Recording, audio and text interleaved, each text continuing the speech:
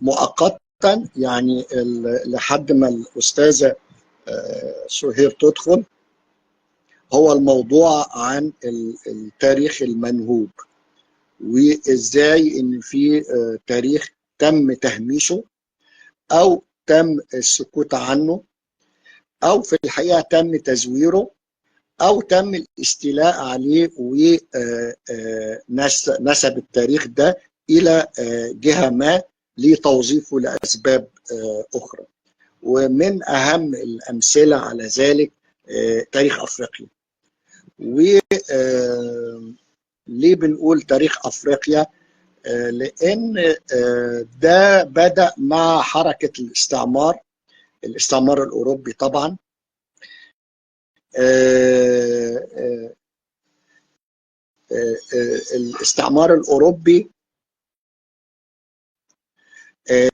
الاستعمار الأوروبي لأفريقيا أدى في الحقيقة إلى انتشار رأي يبدو علمي زي آراء بعض المستشرقين اللي تناولوا تاريخنا، الأوروبيين اللي تناولوا تاريخ أفريقيا في الحقيقة تناولوه بشكل مختلف تماما، وده لأسباب كتيرة جدا.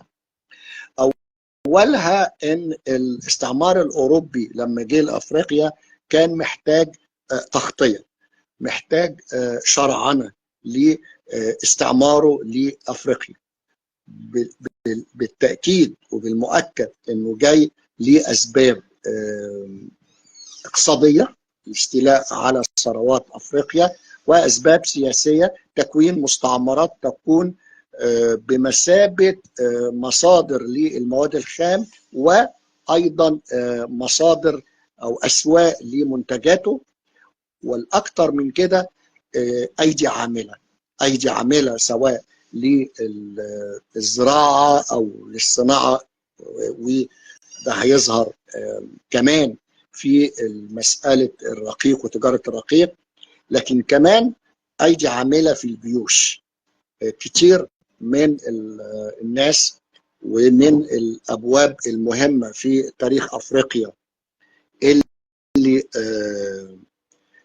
مش معروف وبيتم السكوت عنه، إن الجنود الأفارقة اشتركوا مع إنجلترا وفرنسا على وجه الخصوص في الحرب العالمية الأولى والحرب العالمية الثانية، وكم الضحايا والقتلى والجرحى من الجنود الأفارقة اللي انضموا بحكم ان معظم افريقيا بقت مستعمرات بصفة خاصة لإنجلترا وفرنسا.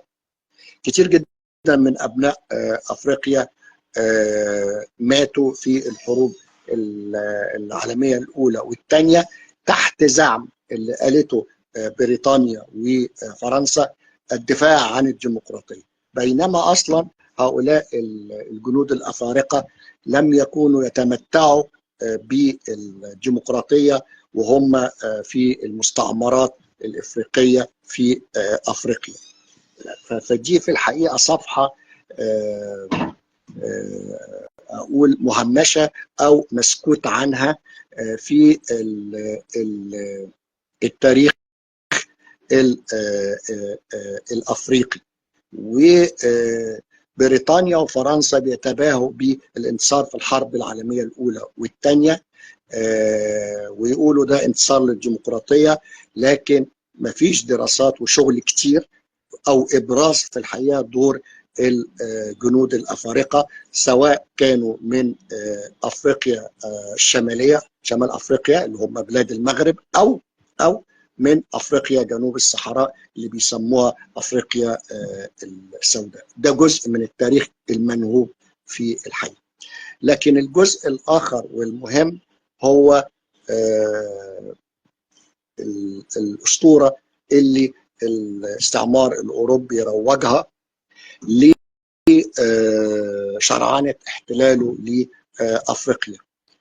اسطوره الرجل الابيض، ان احنا مش جايين نستعمر افريقيا بالشكل السيء وبالشكل المهين، لا خالص، ده احنا جايين برسالة حضارية للرجل الأبيض، الرجل الأوروبي، لتمدين أو إحداث حضارة في أفريقيا للرجل الأسود، لأن هذا الرجل الأسود برغم أنه متخلف وفي مستوى ثقافي أقل من الرجل الأبيض، لكن هذا الرجل الأسود هو من خلق الله، وبالتالي هو أخ لينا في الانتساب إلى الله، وواجب ديني علينا أن نقوم بتمدينه، ويعني في الحقيقة نستعمره ونستحمره كمان من أجل الرسالة الإلهية للرجل الأبيض في انتشال هذا الرجل الأسود المتخلف من الوضع اللي هو فيه. وهذه الرسالة بقى هتاخد شكل ديني من خلال الجماعات التبشيرية اللي هتصر على، اللي كانت مصاحبة للاستعمار، واللي هتصر على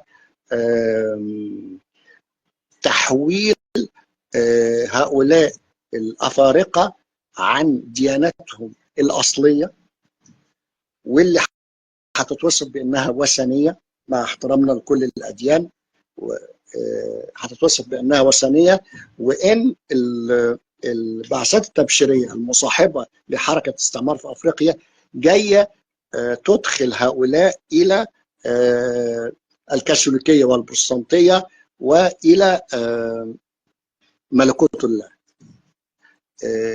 ممكن طبعا يتم تفسير هذه الأمر بهذا الشكل، لكن من وجهة نظر أفريقية بعد كده إن هذه الفكرة وهذه التيارات أدت إلى أن الأفارقة يتخلوا عن ثقافتهم التقليدية ويتخلوا عن ديانتهم ومعتقداتهم اللي هم اكتسبوها وطوروها، وكانت تقاليد ثقافية ودينية من الأجداد إلى الأحفاد وما بعدها. ومن هنا حدث شرخ كبير يمكن ما يزال موجود حتى الآن في العقلية الإفريقية، حتى المسيحيين من الأفارقة الآن، إن هو عنده حنين لدياناته التقليدية ولثقافته التقليدية ولعبادات الأجداد.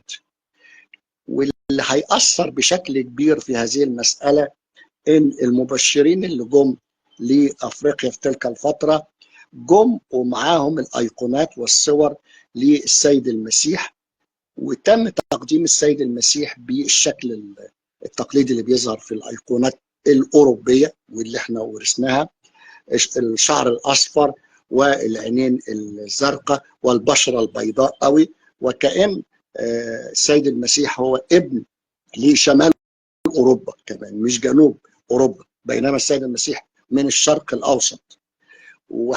ده هيؤدي إلى إحداث شرخ في الثقافة الإفريقية بشكل كبير جدا، إن البراءة والطهارة والنقاء هيصاحب اللون الأبيض، وهيبقى فكرة الأبيض يدل على الطهارة والنقاء والبراءة وعلى صورة الإله، بينما الأسود يدل على اللون الأسود يدل على الظلام، على التخلف، على الوثنية. ومن هنا في الحقيقة ده هيؤدي إلى ظهور حركة الزنوجة، حركة بعد كده لما كتير من أبناء الأفارقة يتعلموا في جامعات غربية ويكتشفوا أن التطور اللي أحدثه الاستعمار بالنسبة لهم قدم لهم لغة سواء الإنجليزية والفرنسية، وهنتكلم على الاختراب في اللغة، وقدم لهم ديانة سواء الكاثوليكية المسيحية الكاثوليكية أو المسيحية البروتستانتية، لكنه في الحقيقة أحدث شرخ كبير في الهوية الأفريقية، وفي شيء مهم جدا في اللون. وعشان كده حركة الزنوجة هي حركة أدبية ثقافية بتعيد الاعتبار للون الأبيض اسف للون الاسود مره اخرى، وترى ان مفيش فرق بين اللون الابيض والاسود، وبالعكس هيروا ان الاسود هو اكثر وضوحا واكثر نصاعه واقرب الينا الى الافارقه. وهيصل ببعض هذه الكتابات الافريقيه الى ان بعض الشعراء الافارقه المسيحيين بالمناسبه يتحدثوا عن ان الاله اسود. هو ليه الاله ابيض؟ بل الاله اسود، وان السواد هو اللون الطبيعي في الحياه وليس اللون الابيض. ويحصل انقلاب بشكل كبير على هذا التقاليد التقليديه، ويتم الرجوع الى فكره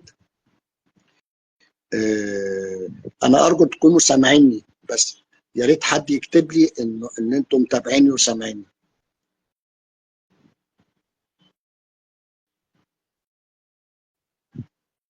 انا واضح ان انا بكلم نفسي.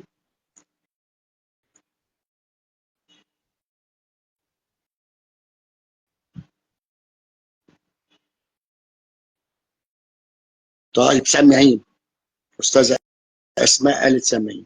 طيب، وهنا في الحقيقه هيتم عمليه مهمه جدا في تاريخ افريقيا. تمام تمام. في تاريخ افريقيا هي فكره العوده الى التقاليد والحياه القديمه الافريقيه، حتى بالنسبه لمن تعلم من ابناء الافارقه في الجامعات الاوروبيه وحتى في الجامعات الافريقيه. وهتبدا يتم تطور في علوم الانثروبولوجيا والتاريخ والاجتماع والعلوم السياسيه، وتكسر الفكره التقليديه اللي الدراسات الاوروبيه روجتها، ان اوروبا والاستعمار الاوروبي هو الذي اكتشف افريقيا مع حركه الكشوف الجغرافيه ومع حركه الاستعمار، وان اوروبا والاستعمار الاوروبي هو الذي اخرج افريقيا الى نور الحضاره. هيبدا بقى نقد لكل ده وحديث عن انه كانت هناك حضارات في افريقيا قبل وصول الاستعمار الاوروبي اللي وصل في القرن بدايه من القرن ال 16 شويه وال 17، لكن بشكل اساسي القرن التاسع عشر.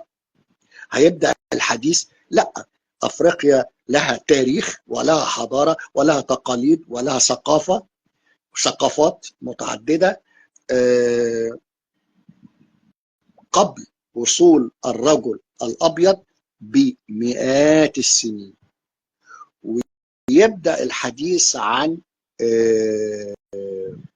تاريخ افريقيا، اعاده كتابه تاريخ افريقيا من جديد ومن منظور مخالف للفكره التي تم ترويجها في اوروبا، بان تاريخ اوروبا يبدا مع الاستعمار الاوروبي، لان التاريخ يبدا مع الكتابه، وان الافارقه كانوا ما عندهمش تاريخ لانه كان ثقافتهم شفهيه، وبالتالي احنا كاوروبيين اللي عرفنا الافارقه الكتابه واللغات خاصه الانجليزيه والفرنسيه، وبالتالي تم التدوين، ومن هنا بدايه التاريخ، متجاهلين مئات السنين من تاريخ افريقيا قبل ذلك، ومن التراث الشفاهي الطويل جدا اللي ابتدى تدوينه وجمعه من جانب الافارقه ومن جانب بعض الاوروبيين اللي انقلبوا على النظره الاستعماريه لافريقيا. ويتم اكتشاف ان في تاريخ اخر مجهول تم الكشف عنه. حاجه كده زي ما اسرائيل روجت لما احتلت فلسطين بان هذه الارض اللي هي فلسطين هي وطن، ارض لشعب بلا وطن اللي هم الشعب اليهودي، وأن فلسطين هي أرض بلا شعب لشعب بلا أرض وهو الشعب اليهودي. لا، هيظهر بقى من الدراسات ان لا، كان في حضارات وثقافات وتاريخ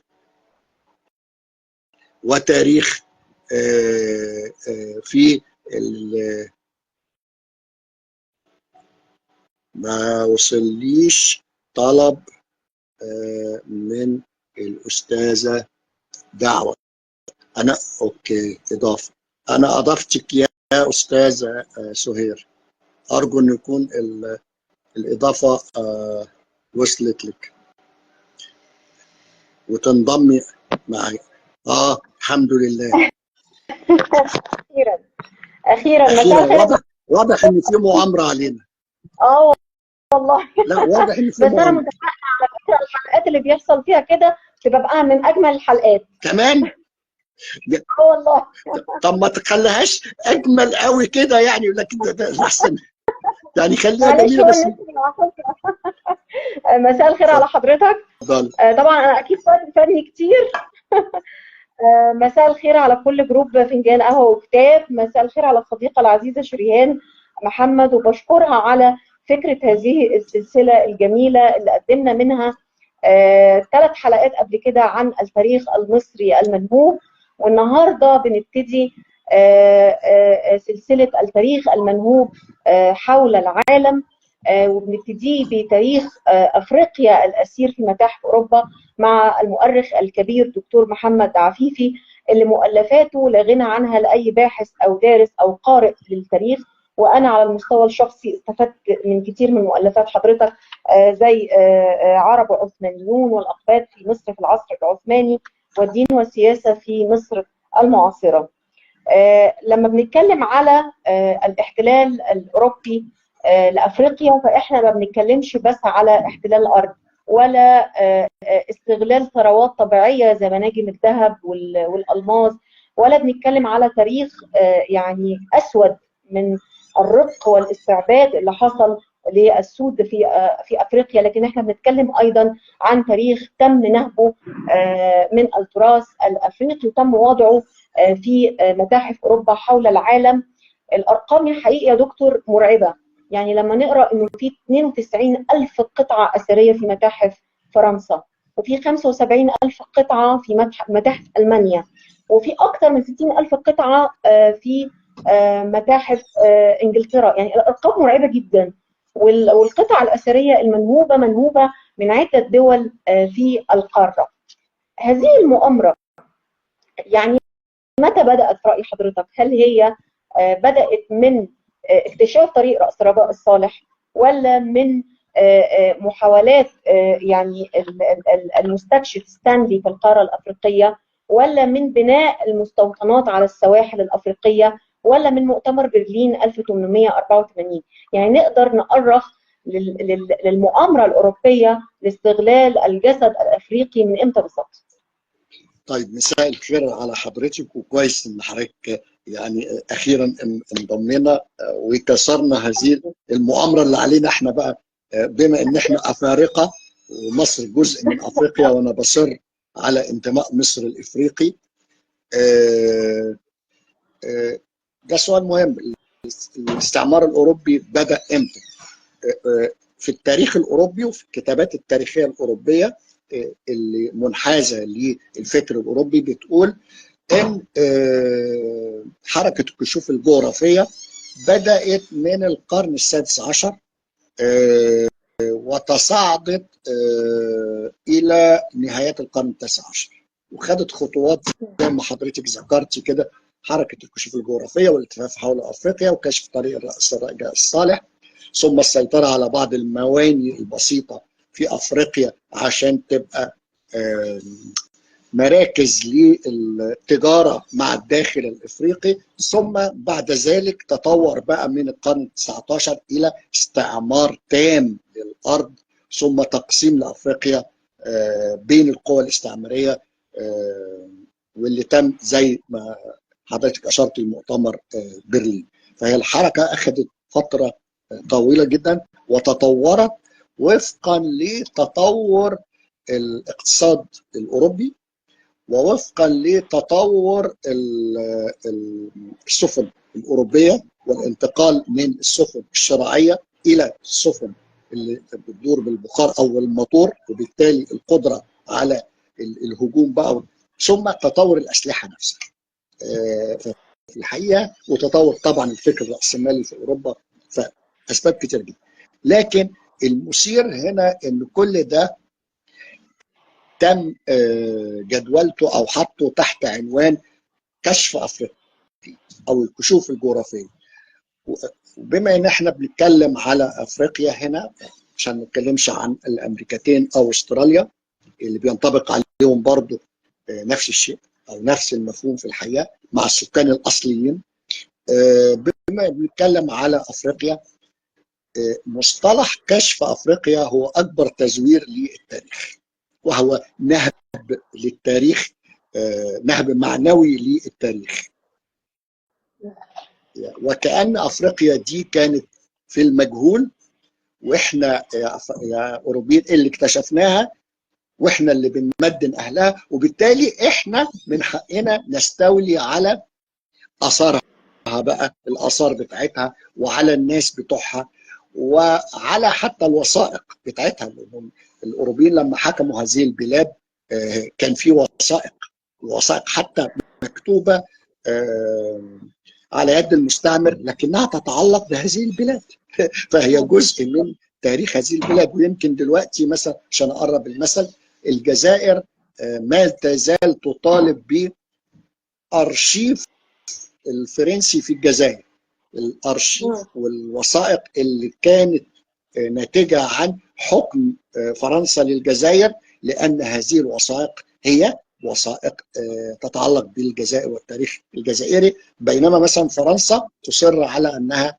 وثائق خاصة بالتاريخ الفرنسي. هي فرنسا حتى سرقت منهم الوثائق العثمانية، يعني هي لم تكتفي، سرقت كل اللي كان موجود في الفترة العثمانية، لأن ده جاي من مفهوم الخاطئ بتاع كشف أفريقيا. أنا كشفت أفريقيا، هذه الأرض المجهولة، وبالتالي أنا بحق الكشف، بحق الفتح، يحق لي إن أنا أنظم كل شيء واستولى على كل شيء.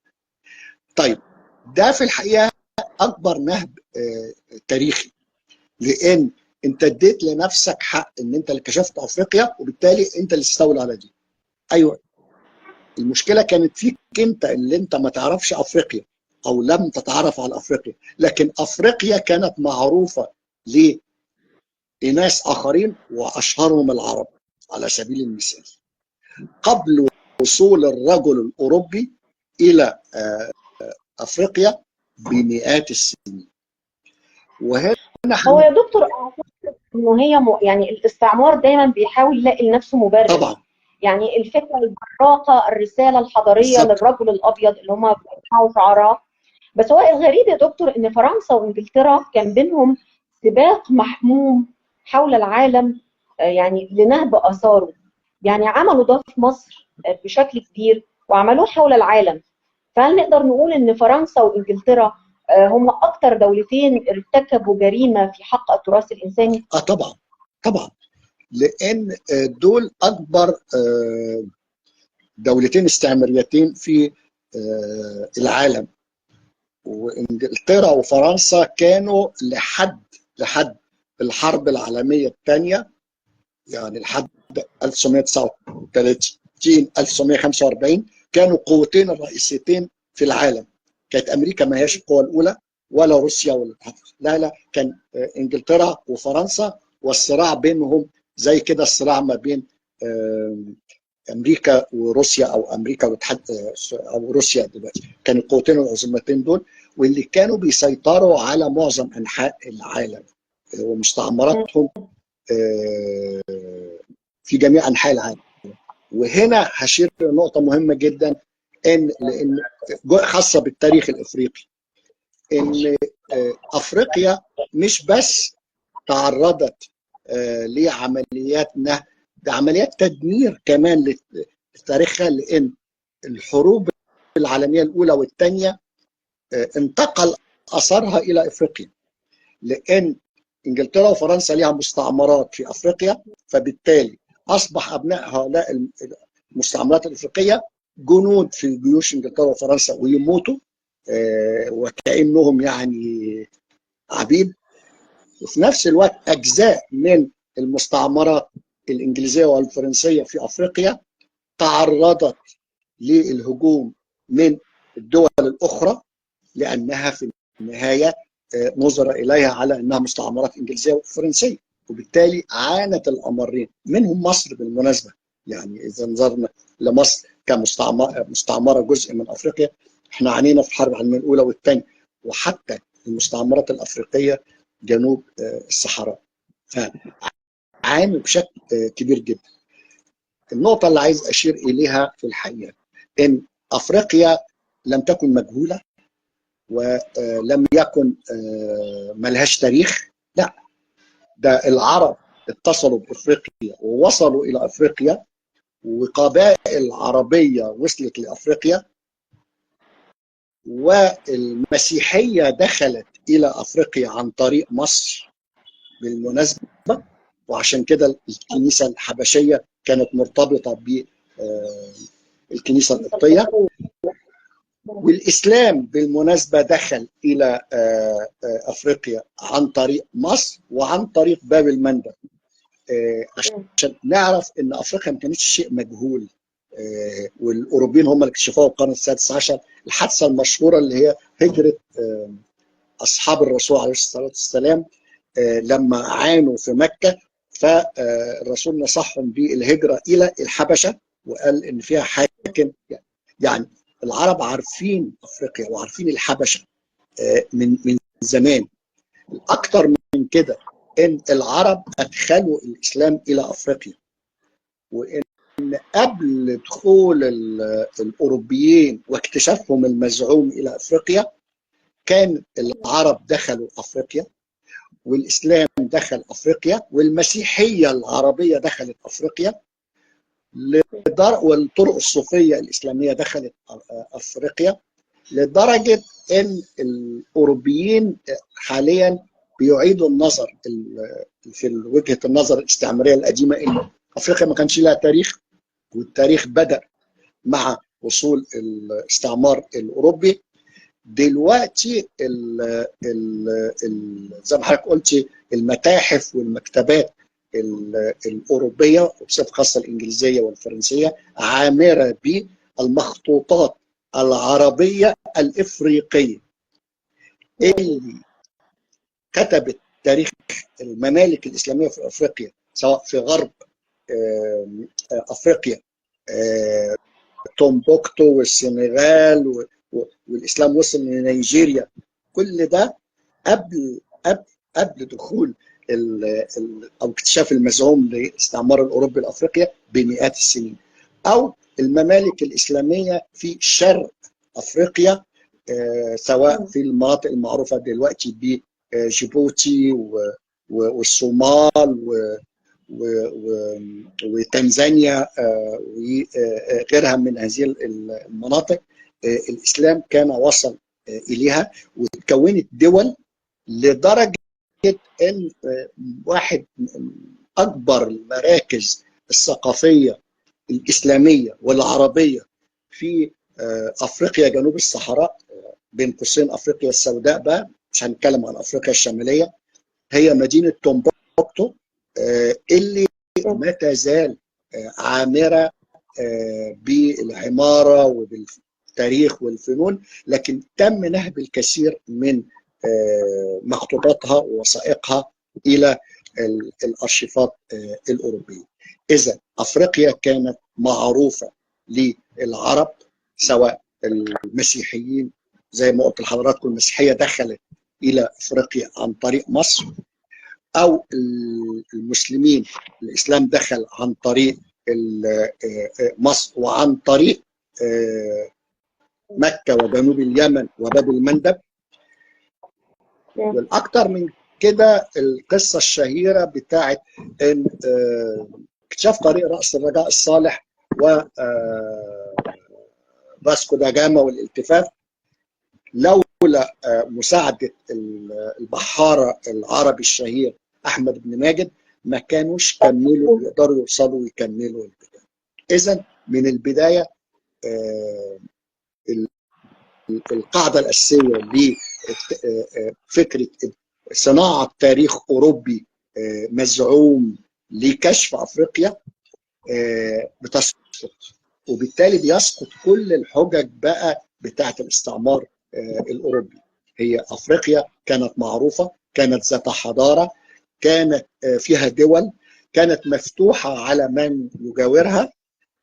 انت الاوروبي اللي كنت متخلف شويه وما كنتش عارف العالم، ولما عرفته روجت لنظريه ان افريقيا هي المجهول، وانا بكتشف المجهول وبمدينهم وبحضرهم من ناحيه الحضاره، وكمان بهديهم الى الدين والى اللغه سواء الانجليزيه او الفرنسيه. واللي قصه اخرى، اللغات التقليديه في داخل افريقيا انهارت بشده امام انتشار وفرض الانجليزيه والفرنسيه، واصبح في مشكله.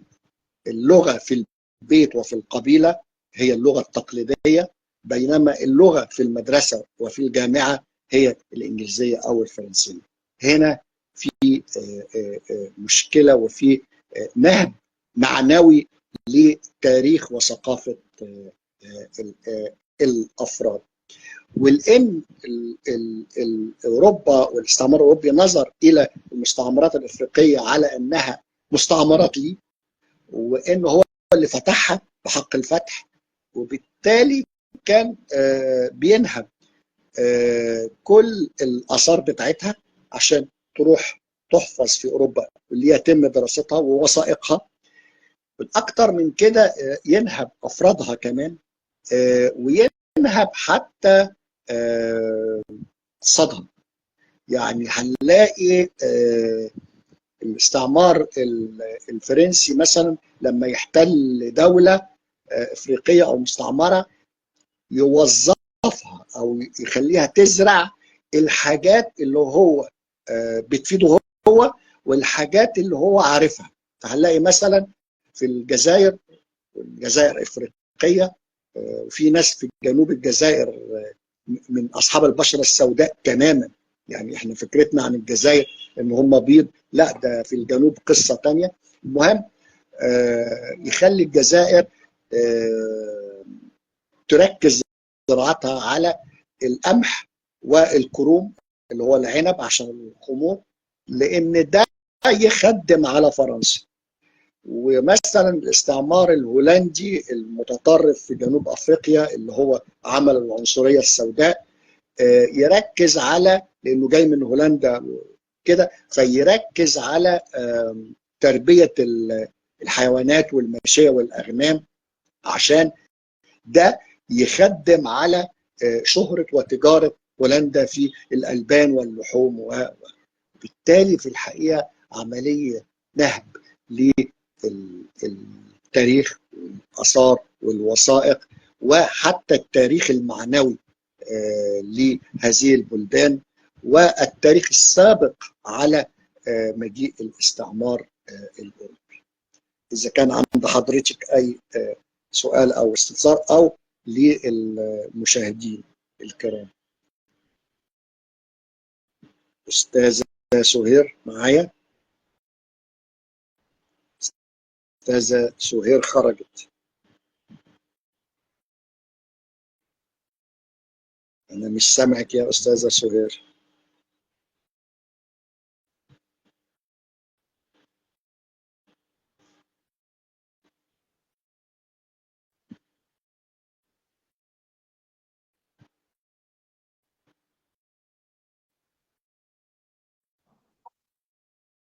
أنا سامعاني يا أستاذة؟ مع حضرتك يا دكتور، متابع حضرتك. لو عند حضرتك أي سؤال أو إضافة، أو لجمهور حضرتك استفسار أو سؤال أو إضافة. طب هو يا دكتور الرئيس الفرنسي ماكرون كان في 2017 تعهد بأنه فرنسا ستعيد التراث الأفريقي على مدار 5 سنوات. يعني هم حط خطة زمنية، ويمكن يعني ما فيش دول يعني كتير استجابت لهذه الدعوة. أنا سؤالي هنا لحضرتك نقطتين. النقطة الأولى، هل إعادة هذا التراث الإفريقي بعد ما ظل في متاحف فرنسا سنوات طويلة جدا، هل مجرد إعادته للدول الأصلية هو أمر كافي؟ الحاجة الثانية، لماذا لا يسلط الضوء عالميا على الآثار الأفريقية؟ يعني مش كتير يعرفوا قصة إن متاحف أوروبا فيها قطع برونزية وتماثيل، وإنه في مدينة كاملة اللي هي بنين بريطانيا سرقتها، دمرتها وسرقت كل مقتنياتها. فليه حضرتك شايف إنه هذا التراث الأفريقي لا ينال الرعاية الكاملة عالميا؟ وتعقيب حضرتك على دعوة الرئيس ماكرون. طيب خلينا ننظم، لأن السؤال متعدد الجوانب.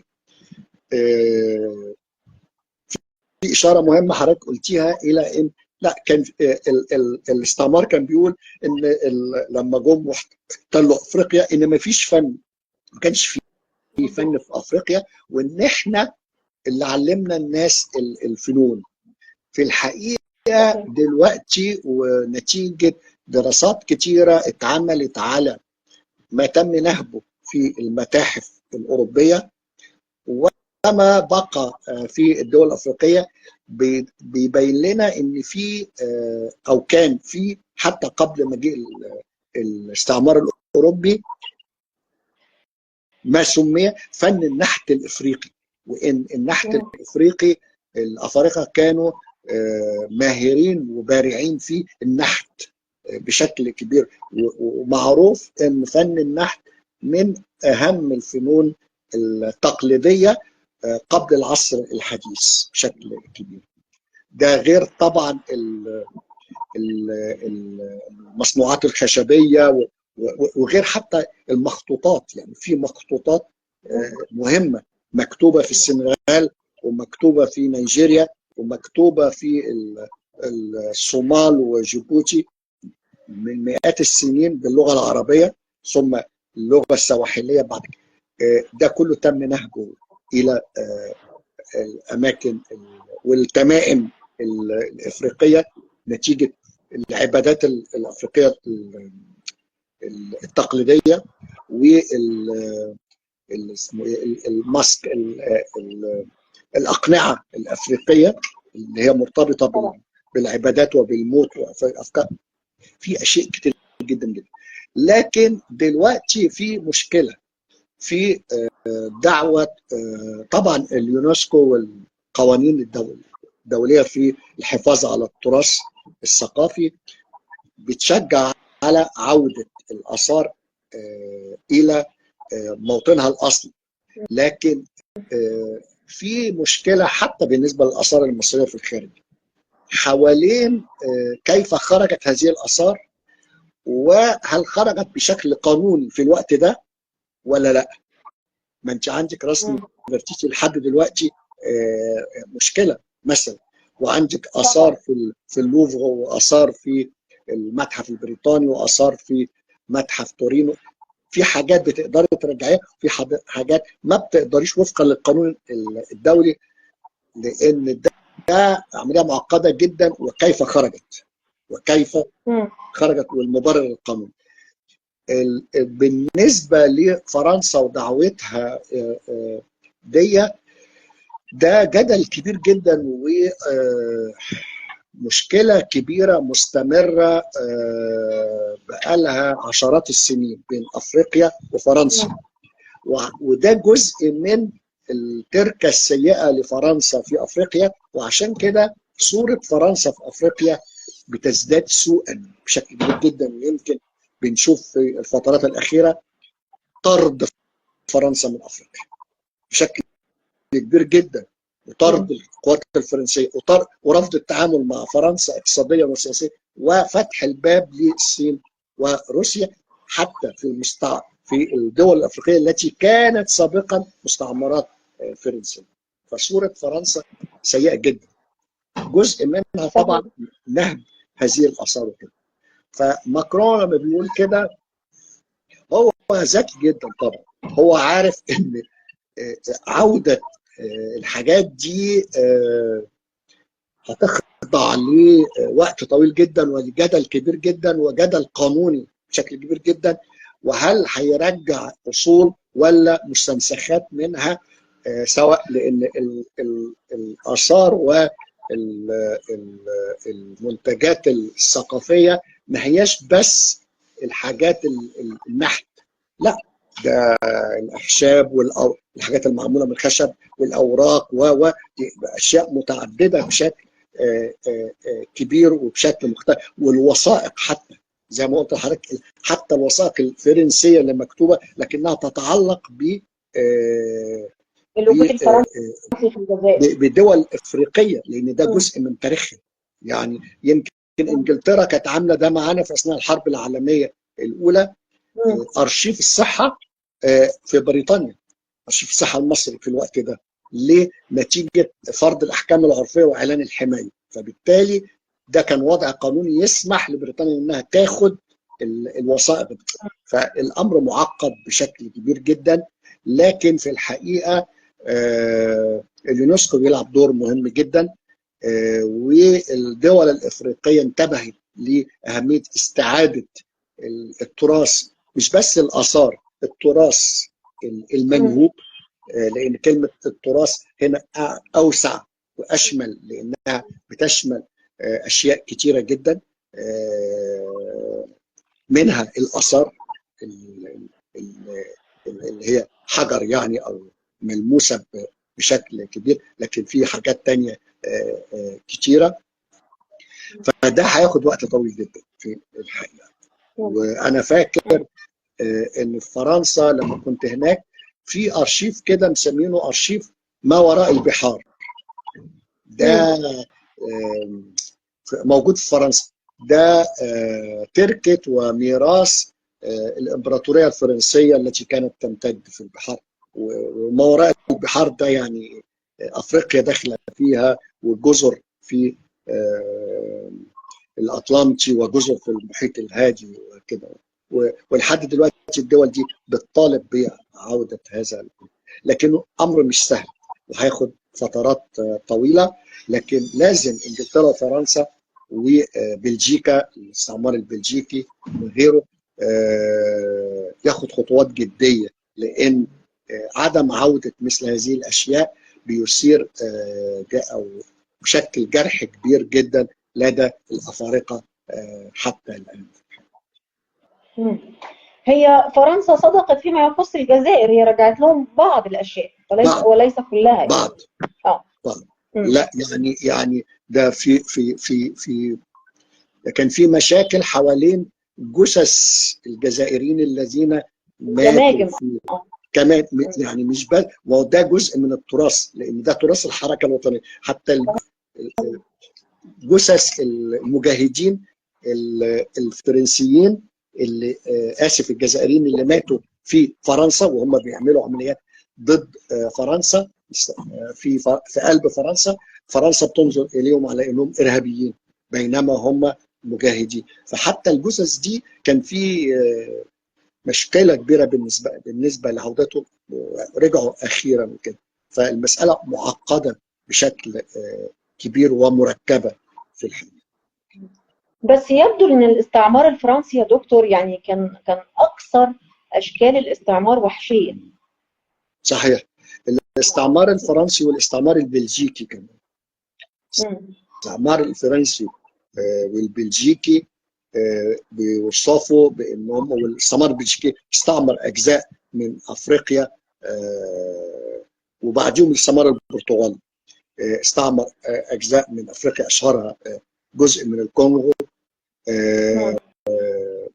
لان الاثنين دول الاستعمار الانجليزي الاستعمار الفرنسي والبلجيكي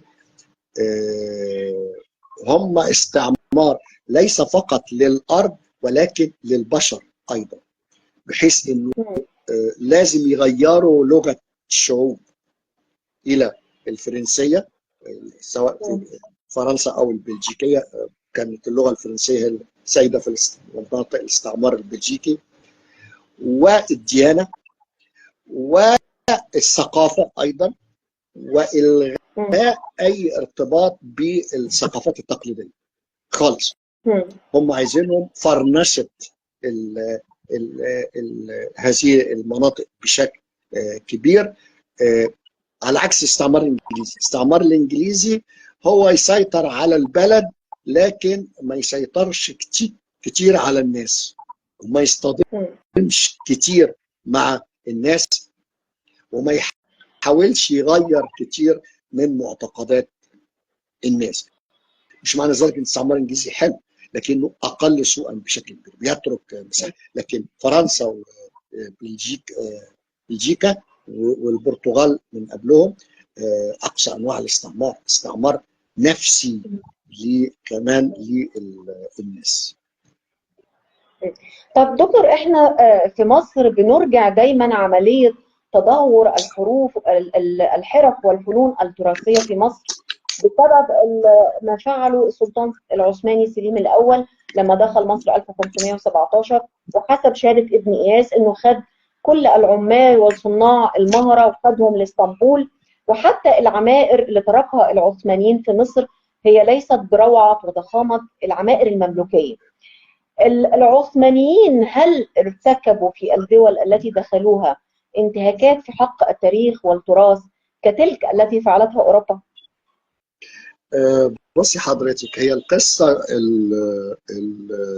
الشهيرة والمتواترة بتاعت ان الفنون في مصر والحرف انتهت نتيجة ان السلطان سليم الاول اخذ مجموعات كبيرة من الحرفيين والعمال المهرة معاه الى اسطنبول، وبالتالي انقطعت الفنون وانقطعت الحرف.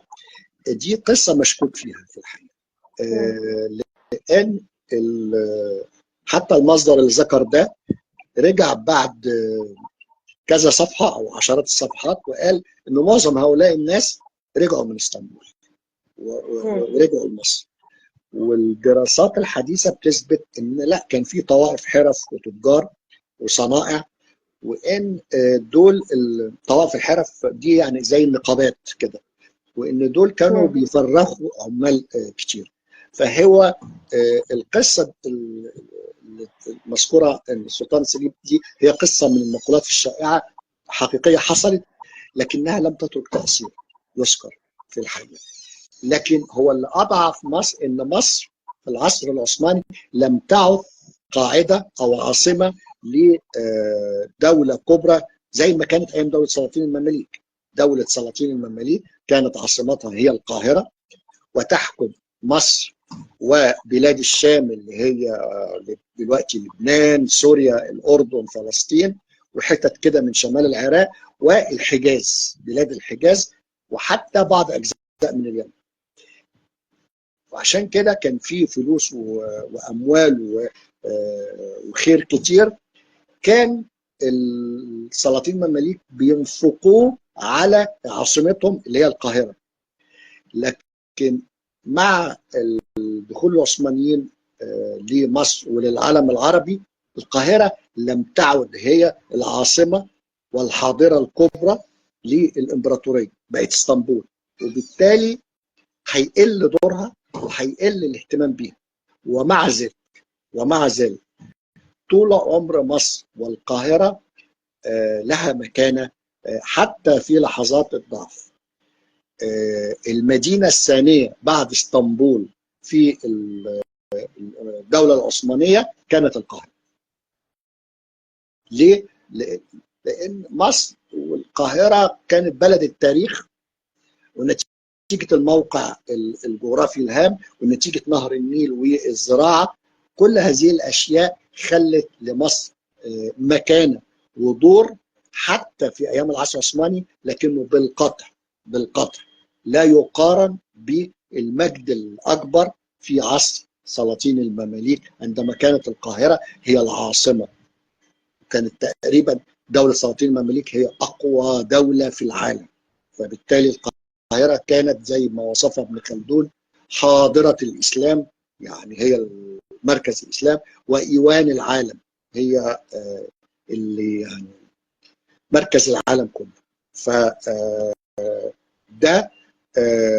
يبين لنا ان القاهره حتى في لحظات ضعفها ايام الحكم العثماني استمرت قويه. عشان كده اول ما جه محمد علي لقى التربه خصبه ومهيئه في الحقيقه في مصر. اي سؤال او استفسار لحضراتكم او للاستاذه؟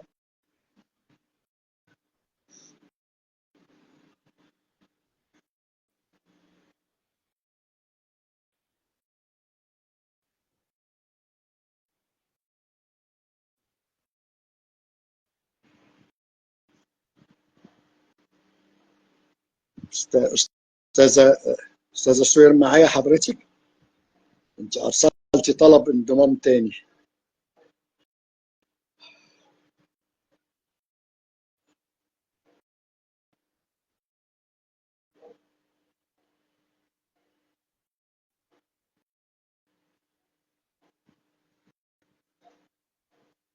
سؤال او استفسار لحضراتكم؟ في سؤال جاي لحضرتك كده. ايوه مع حضرتك.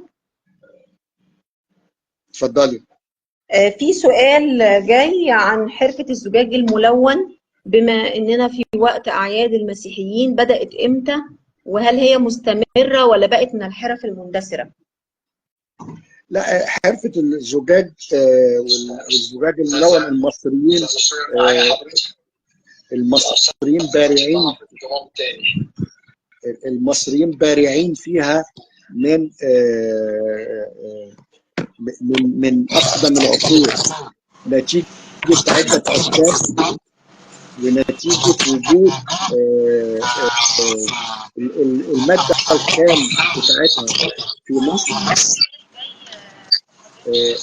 ونتيجة في حد داخل في الخط صوته عالي شوية، نتيجة وجود المادة الخام في مصر من الرمال وغيرها، ونتيجة الصناعة بتاعتها، ونتيجة ارتباطها ببعض الطقوس الدينية وصناعة الأشياء ليها علاقة بالديانات سواء المسيحية أو حتى الإسلام وكده. وصناعة الزجاج حتى في القرن العشرين كانت من الصناعات المهمة في مصر.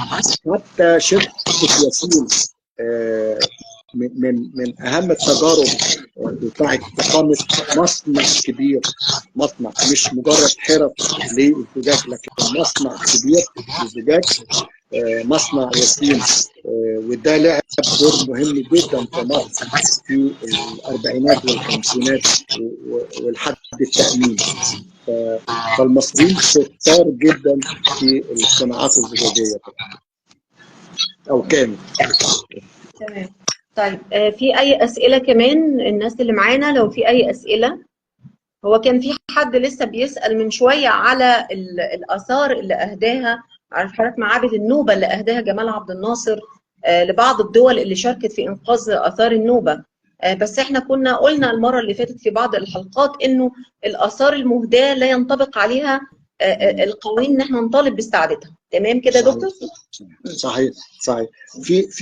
في أشياء كتيرة جدا، وكان في حتى ضمن القوانين إن البعثات الأثرية اللي بتيجي، كان البعثات الأثرية اللي بتيجي تعمل حفائر أثرية وتطلع حاجات ليها نسبة من اللي هو قانون القسمة. المسألة اتغيرت واتلغت. زي دلوقتي حتى في البترول الشركات اللي بتيجي تعمل بحث عن الغاز والبترول ليها نسبة من البتاع. فيعني مسائل الآثار واستعادتها مسألة معقدة وتتوقف على كيف تخرج الأثر والفترة الزمنية بتاعته والمبرر القانوني لاستعادته. إذا توفرت الأمور يبقى من السهل بالمناسبة.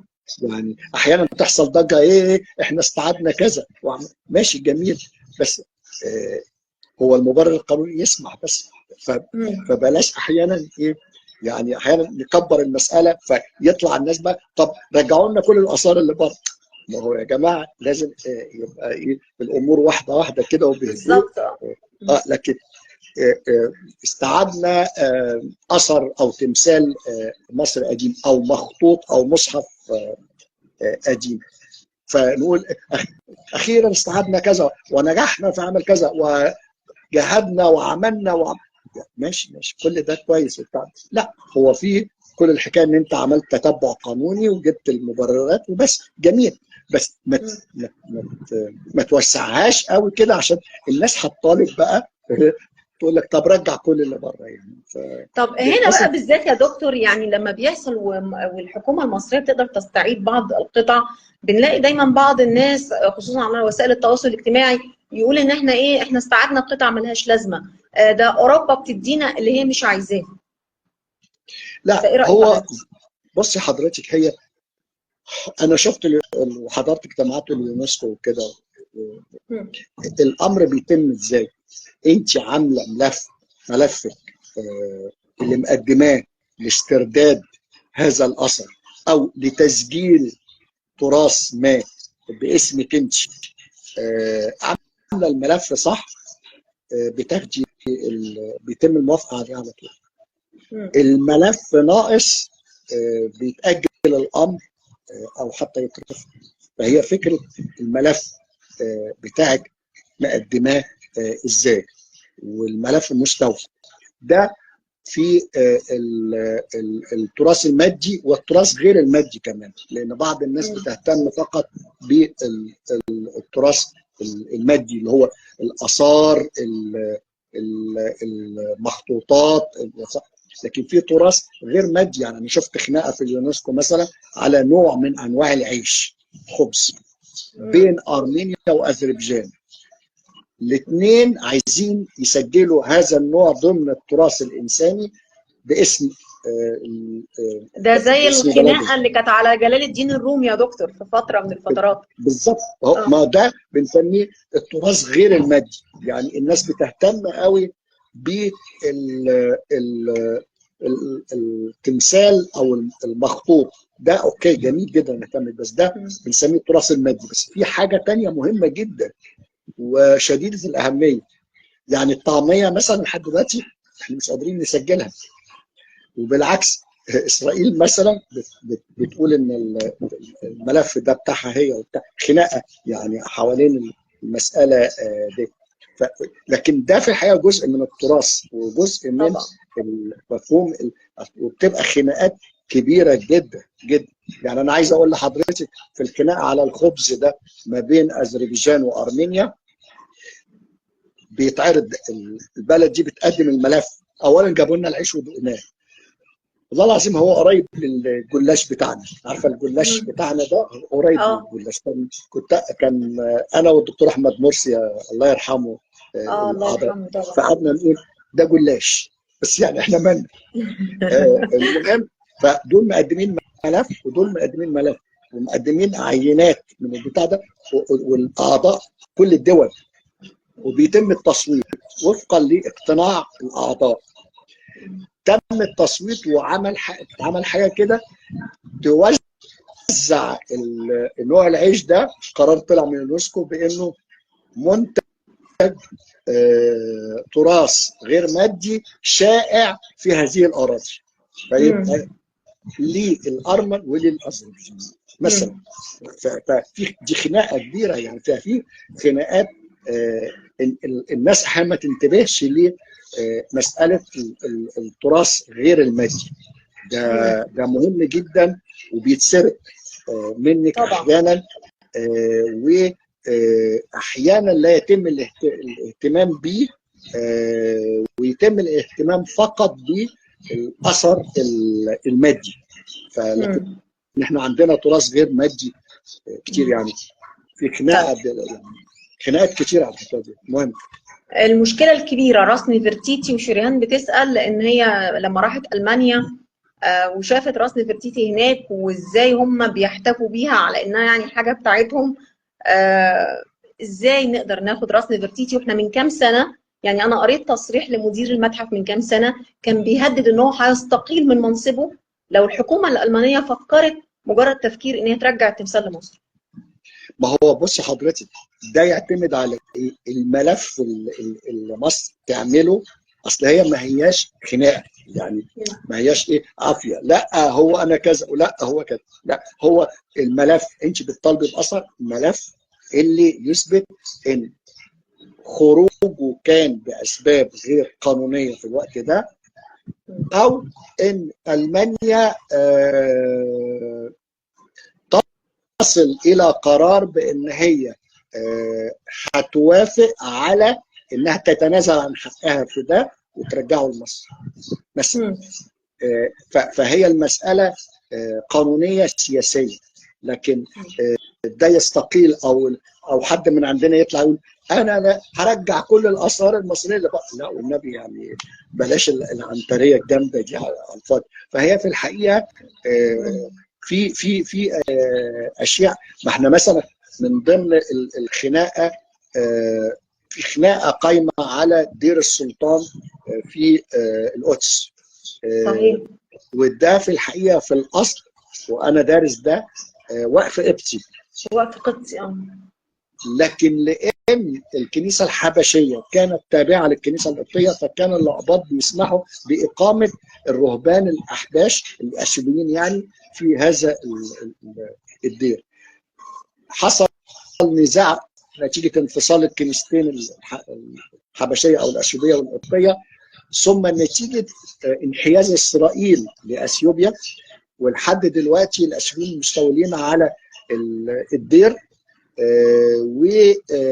والكنيسه القبطيه ومصر بتطالب بهذا الاثر مثلا. وفي جدل كبير قدام المحاكم الاسرائيليه شغال لحد دلوقتي، والملف بيتم تزويده وبتاع. فهنا مساله استعاده الاشياء دي ده قصه كبيره جدا، قصه